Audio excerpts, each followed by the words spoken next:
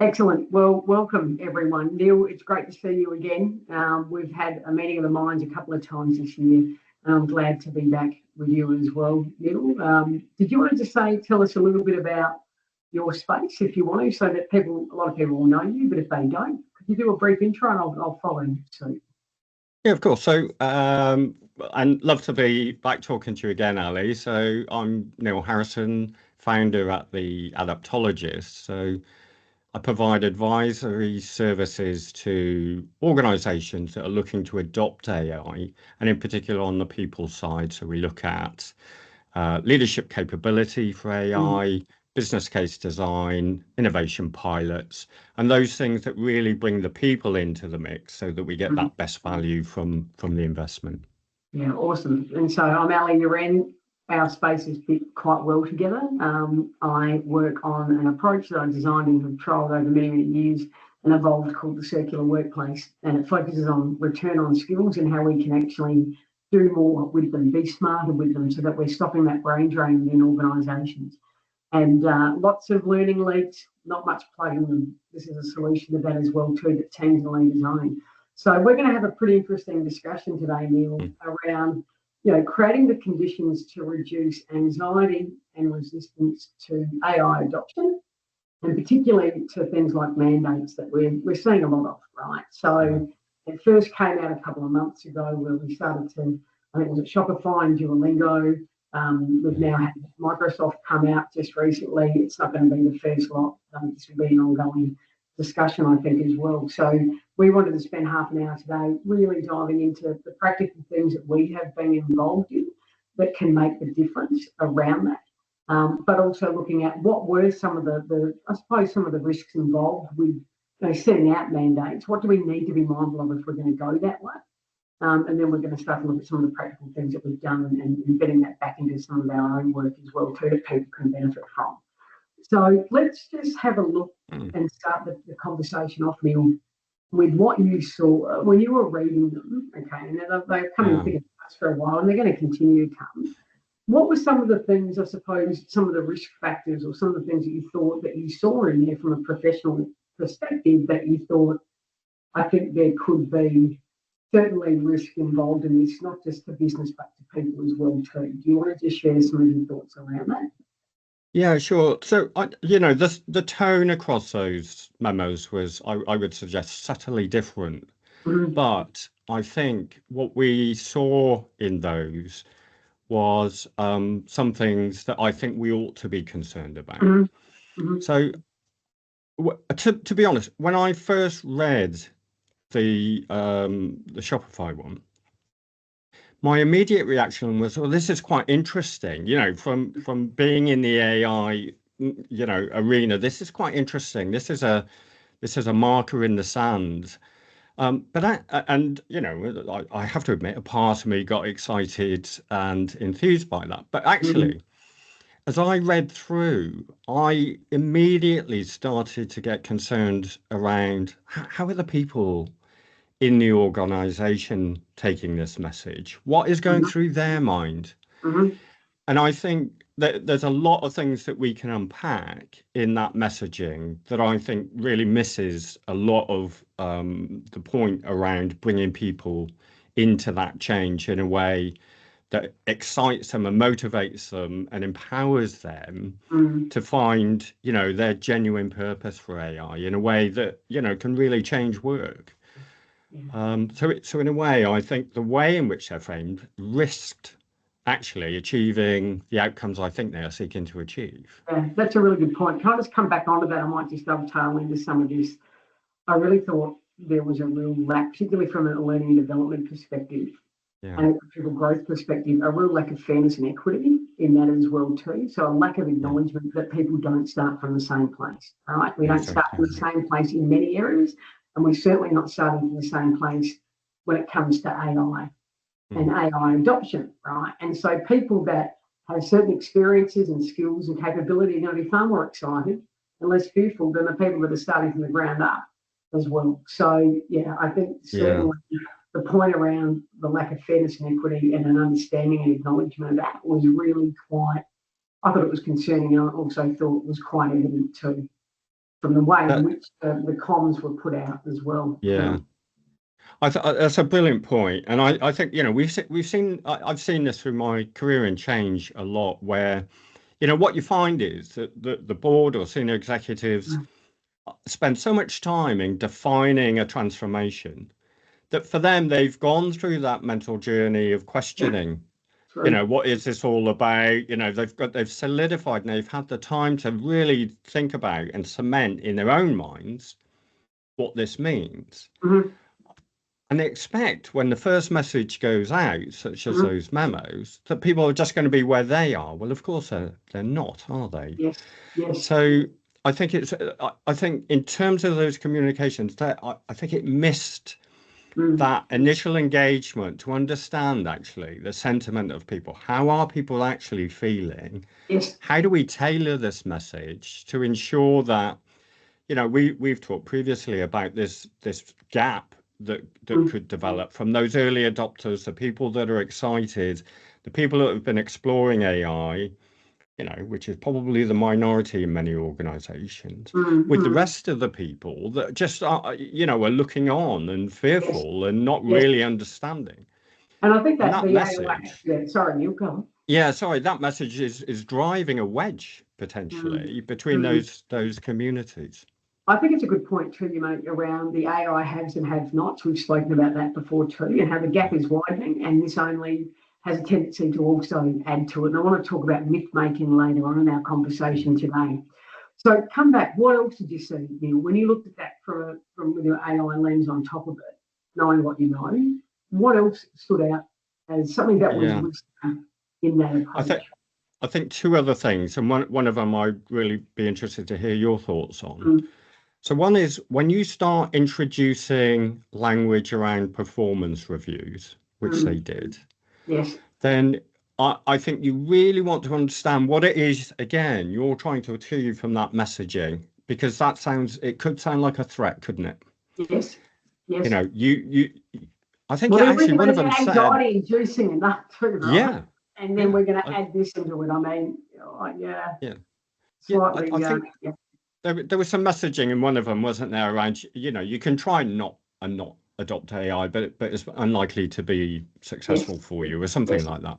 And I think that what you're introducing, of course, is that threat, that risk. Your brain is moving into that threat response, and your body is responding to that in ways that are more about your body is gearing up for fight and flight. And you're losing all that ability to be cognitive and rational and social and all those things. And so what those messages did around the performance reviews was introduce a threat that I think is unnecessary. So how much detail sits behind how those reviews are going to work?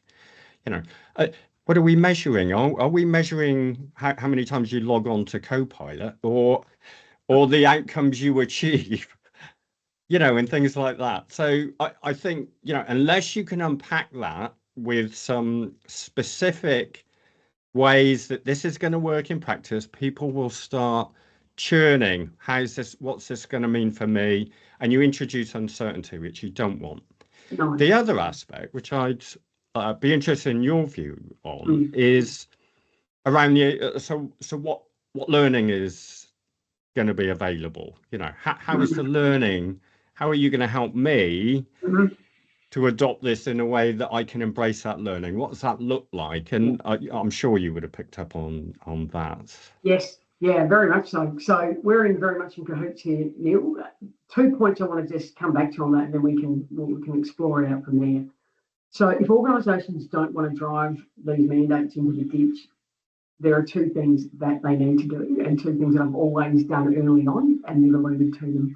The first one is be explicitly clear what resources, support, development is going to be made available, to give people the greatest chance of success and having this work.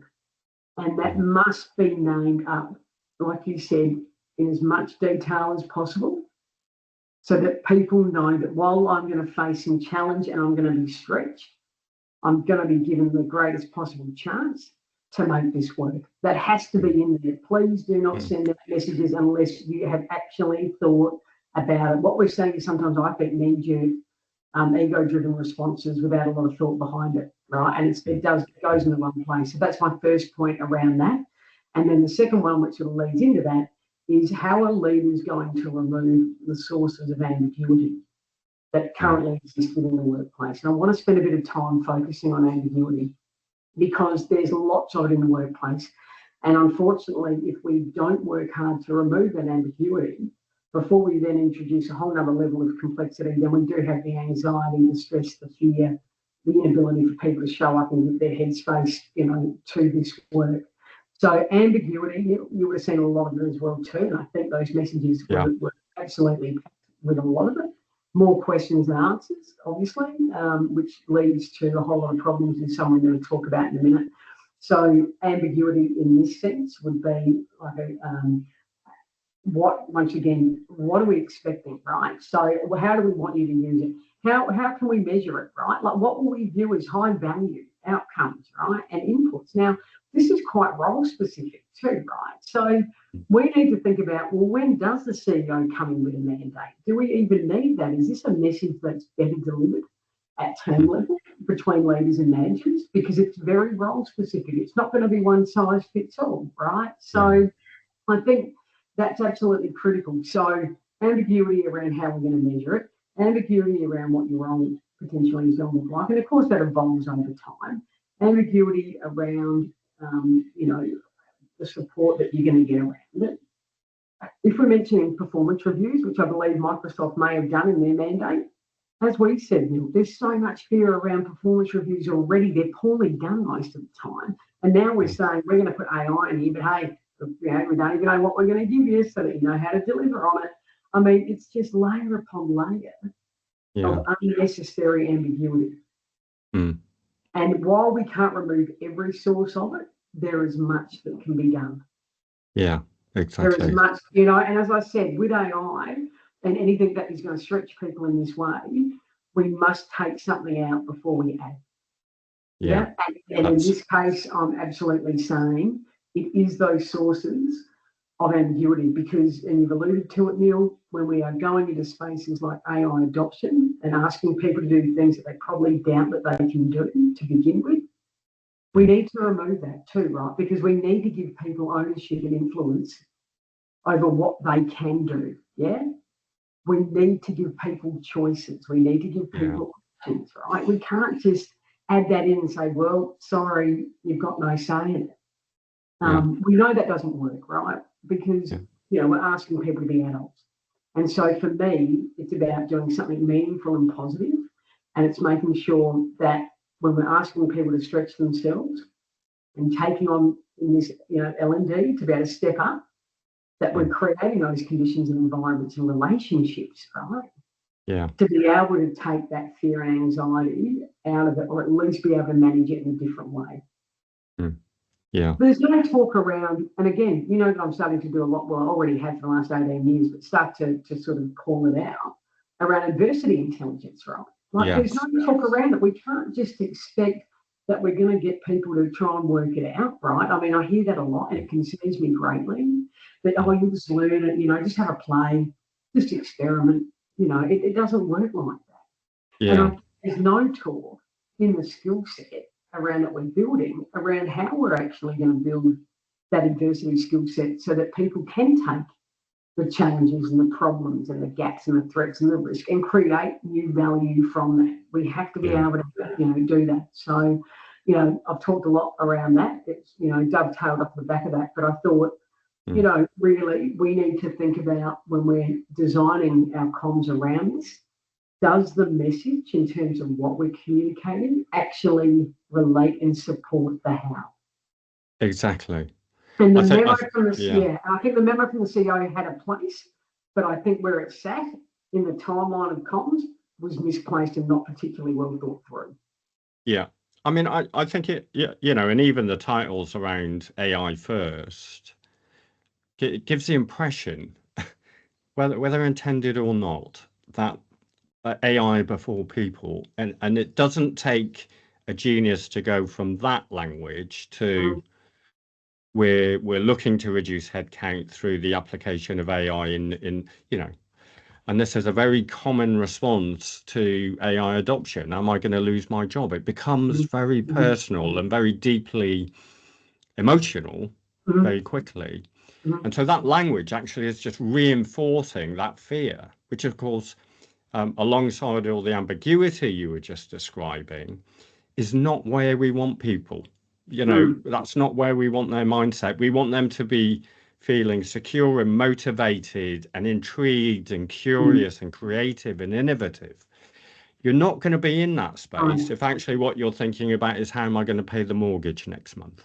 So beautifully put. Yeah.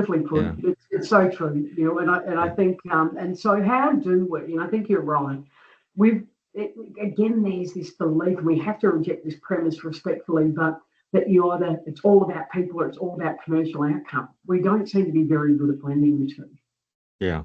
And they have to be able to work together. Yeah. So how do we start to move? What's your take? And it can't be either or. It's got to be both, right? And the language words matter because they do shape our perception, right? Which in turn then shapes our behaviour. So what language how do we start to then craft a different narrative around that then? I think there's a couple of things here. So for me, understanding the physiology of change is important, because if we can understand what is actually happening, in the brain, when we go into threat or into reward response, we can then tailor our engagement and messages around that.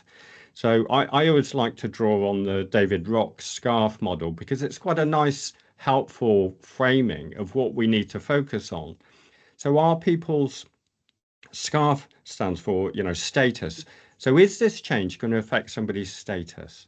We're going to use AI to do our data analytics. We don't need your expertise in data analytics anymore. That's going to impact how people feels. Yes.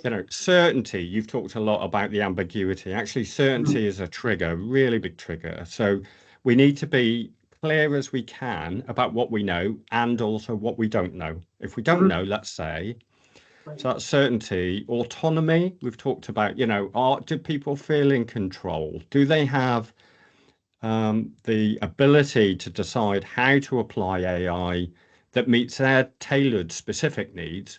Or are they being forced into adopting some kind of technology? So autonomy, relatedness, how am I relating to other colleagues in all this? We're social animals. How are we making the most of that? Now, interestingly, I think what this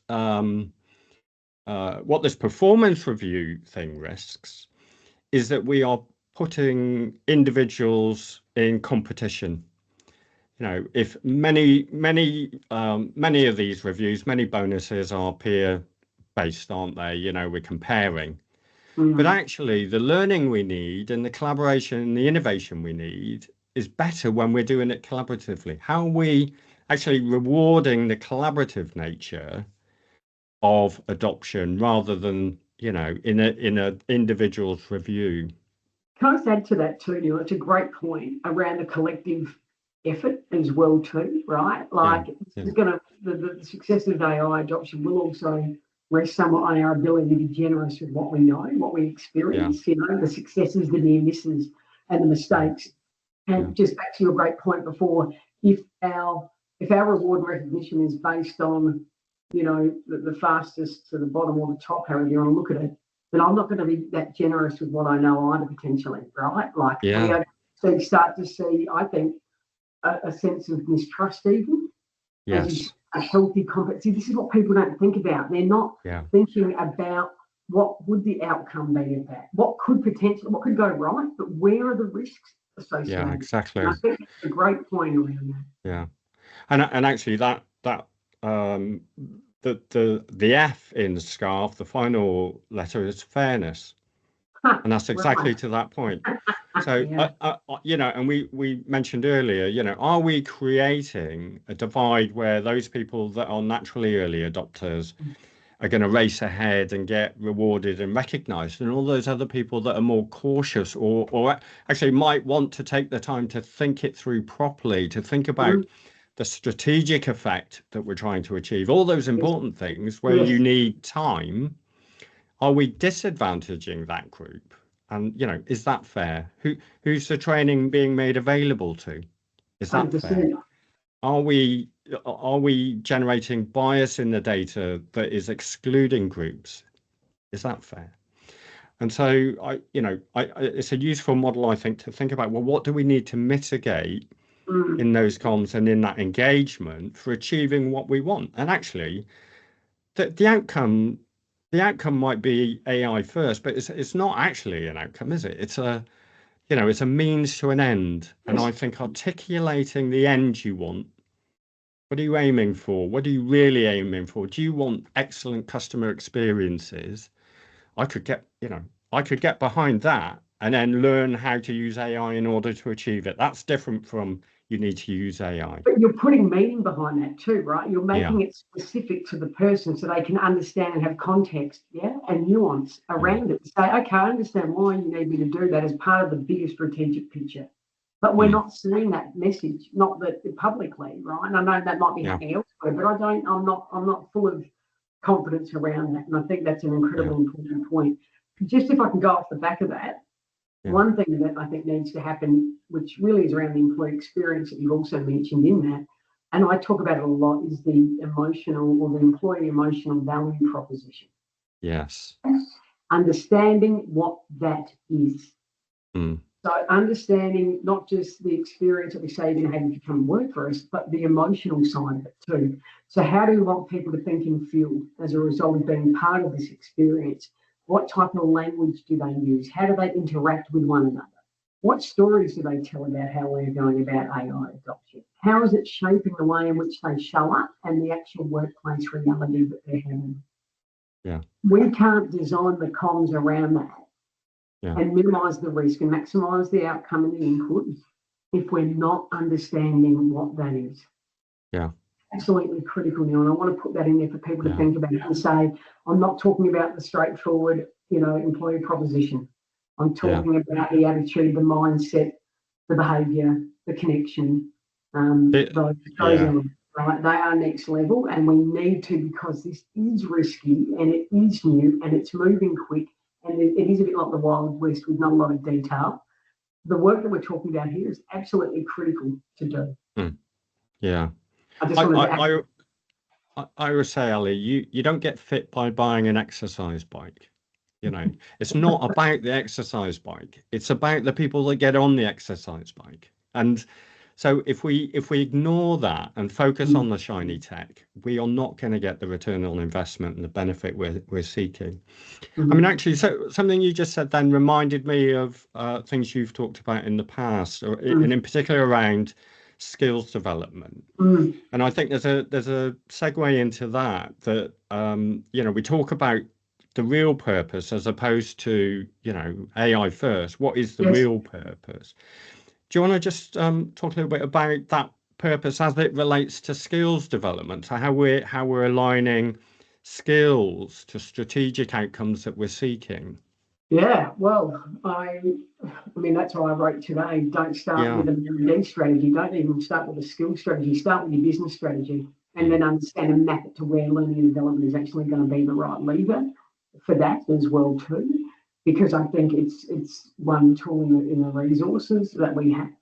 But the purpose is incredibly important, and it does come back to how we design the roles as well. So as part of this, and I don't know what you're seeing out in your own space, but we really do need to start with how we're looking at roles here and how we're actually linking purpose and defining purpose back into roles as well too, in detail, and giving ownership again to people how they want to use that. And I think unless we start to craft the role again, as I say, you can't keep adding something into the role unless you want to take something out of it. That is when we see people become unwell, leave, have anxiety and stress that causes them to check out of the workplace for an extended period of time. So for me, purpose is about clarity and about the context, and that people absolutely understand and have a say also, which you've alluded to, around the purpose is linked back to benefit too, but understanding very early on. And again, this is not one size fits all. I'm sorry, if people want just a generic blank approach, then it's going to fail. It is. Yeah. It's going to fail, and it's going to be costly in many different ways. But the purpose must be linked back to the projects and the roles that people are absolutely doing. And then obviously that feeds back into the team, it feeds back into the broader organisational picture, right? Like connecting the dots across those 4 levels. Yeah. But I do think we are very vague at times, and I think that's why too people don't understand why they're putting themselves through, this stress and challenge at times, because we haven't had a discussion around it. We've never named it. We've never scoped it up. The leaders have never come in and spoken about it and told the story, right? And the purpose is part of the narrative. Yeah. Yeah. And leaders need to be able to craft strong narrative in this space. Yeah. Because if they don't, and I just want to, I'm mindful of people's time, but I want to say this, Neil, and throw to you some final comments, because this is the first of 3 series video that we're doing. But if we don't have leaders who can craft that narrative to be able to reduce fear and resistance and bring people in that don't even initially want to be involved, I mean, that's an art and a science as well. But what we're going to have is myth-making in our workplaces. And that myth-making, and I've observed it, and so have you, is incredibly destructive. And it is the art of people using myth to make sense of their reality, and their place in it when they have nothing else to draw on. And it's called symbolic convergence theory. Go and check it out if you've got a little bit of spare time. But it's a very real thing. And what happens is, as you know, once that catches off like a wildfire, it is very hard to stop. And so I want to come back to your point before I throw over to you, before we sort of wrap it up. You need to come out strong. In communications, it's a basic understanding that the first thing and the last thing that people hear and experience is what tends to influence the outcome and how people feel. So I'm going to really be pushing, up the hill, if I'm coming out with a mandated memo written in the ways that we referred to today, and then try and walk that back, or try and get people to come on board with that. So, I will say in conclusion, be really mindful of the stories that you tell all along the way, but particularly what that first point of contact is going to be. And if you are expecting people to come on and you want to mandate AI, then you must be able to map that mandate back to those elements that we've talked about today around the specific support, resourcing, conditions, relationships and environments that are going to make that mandate a success for people and the business, Neil. Yeah, I mean, so I'll pick up a brief point and then I'll sort of summarize, because I think one of the things that would be worth exploring in a future session, in particular around that strategic alignment with the role design and the skills and so on, is what is human AI collaboration in the workplace going to do for that need to design roles in ways we haven't previously thought about. So I think maybe want to pick up in a future session. Make a note, Neil, and we're going to come back. I think that's a great point. It's such a big topic that we want to be able to do it justice well too. So please, we'll do that. So for me, just to sort of conclude, I think there are some key points in the messaging, firstly. So I mean, I think great to be aspirational, but do so in the context of a real purpose, a real outcome and benefit, rather than a solution to it, an enabler for it. And when you're aspirational, balance that with assurance. It can't be all tell. We need to be listening to concerns and addressing those concerns. People need the opportunity to engage and ask questions. I think that point we've described, about empowering people, allow them to find their own use for AI, their own why for AI, that give them that empowerment and that ability to explore, and do so collaboratively, promote that team learning and that team experimentation, and that, cross-organizational collaboration, that multidiscipline approach. Bringing people together, this is really important, I think, overall, and share that kind of language. How we're going to collaborate and support each other and share the learning. I think it makes it much safer and much more collaborative. And then I think finally, which we haven't really touched on actually, is measurement. How do we know we're making progress? So actually, in some way, benchmarking where we are so we can understand whether that progress is working, whether it's heading in the direction we want it to go. Mhm. And so that benchmarking, that measurement of some kind about how that change is evolving, I think is an important thing to underpin it as well. And can I just come off the back of that? It's a great summary. Thank you. I also want to touch on, and obviously this is a discussion for a whole other day. It's a big topic, but how are we assessing learners as well too, right? So we've got the measurement of the initiatives at a bigger picture level, and then we've actually got how do we assess the individual as well too. How do we involve them in that process? Because that is a very overlooked piece of most L&D, is really not having ongoing means of assessment, and for people to be able to review themselves and check in and change course accordingly as well too, right? So I think, as you said, mandates, proceed with caution. You make a very good point. Talk to your people early, understand their perceived reality, understand their hopes, their dreams, their fears. To go in otherwise and not know that is treading into very dangerous territory as well too. And I believe, and I wanted to say this before we sign off, and I want to thank people for being here, is all of us have a moral and also legal responsibility to do right with this as well too. Yeah. And it is a responsibility, Neil. This is a responsibility. This will change people's lives. Whether or not it's going to be for good or worse does come down to the elements that we've spoken about today too, and particularly the style and manner of the comms and the stories that we're telling. So I want to just sort of finish off there before I pass over to you, and look forward to having our next conversation as well too. Thank you, Ali. I'm very much looking forward to it. And you make a good point about the moral and legal obligation. So well-being forms part of health and safety at work as well, and we need to be mindful of that. 100%. Thank you. Yeah. I very much enjoyed this, as always, Ali. I always learn so much. I'm really grateful for your time and the opportunity to talk to you again, and I'm looking forward to the other sessions. So thank you, and thanks to those that are listening. Thank you, and you've kept me on my toes, Neil. Till next time.